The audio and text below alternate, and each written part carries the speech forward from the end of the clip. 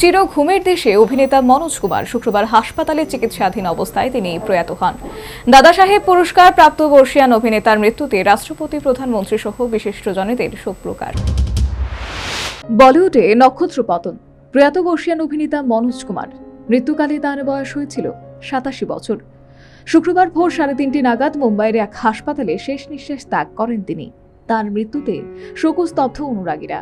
প্রয়াত অভিনেতার ছেলে কুনাল গোস্বামী জানিয়েছেন, অভিনেতার অন্ত্যেষ্টি আগামীকাল অর্থাৎ শনিবার সম্পূর্ণ হবে। ইতিমধ্যেই এক স্যান্ডেলে শোক জ্ঞাপন করেছেন রাষ্ট্রপতি দ্রৌপদী মুর্মু। শোক প্রকাশ করেছেন দেশের প্রধানমন্ত্রী নরেন্দ্র মোদী, প্রতিরক্ষা মন্ত্রী রাজনাথ সিং। বলিউডের তারকারাও তাঁদের সোশ্যাল মিডিয়া পেজে বর্ষিয়ান অভিনেতার প্রয়াণে শোক বার্তা দিয়েছেন। 1937 সালে অবিভক্ত ভারত তথা অধুনা পাকিস্তানে জন্মগ্রহণ করেছিলেন মনোজ কুমার। নাম রাখা হয়েছিল হরিকৃষ্ণন গোস্বামী। 1957 সালে অর্থাৎ মাত্র 20 বছর বয়সে বিনোদনের দুনিয়ায় পা রাখেন তিনি। প্রথম ছবি ফ্যাশন।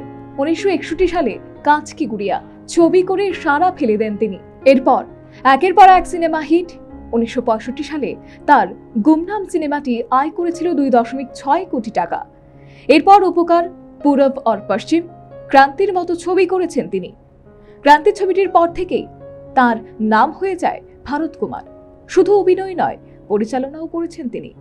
1975 সালে রোটি কাপড়া और মকান ছবিটির জন্য ফিল্মফেয়ারে সেরা পরিচালকের অ্যাওয়ার্ড পান মনোজ কুমার। 1992 সালে পদ্মশ্রী পান ভারত কুমার।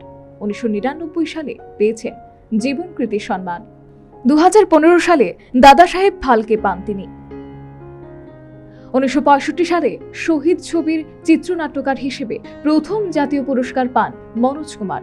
ভগৎ সিং এর জীবন কাহিনী অবলম্বনে তৈরি সেই দেশপ্রেমের গাথা দেশে সাড়া ফেলে দেয় সেই সময়। চিত্রনাট্যের মোচরে দর্শকের চোখ ভিজিয়েছিলেন ভারত কুমার ওরফে মনোজ। সেই কসরত বিফলে যায়নি।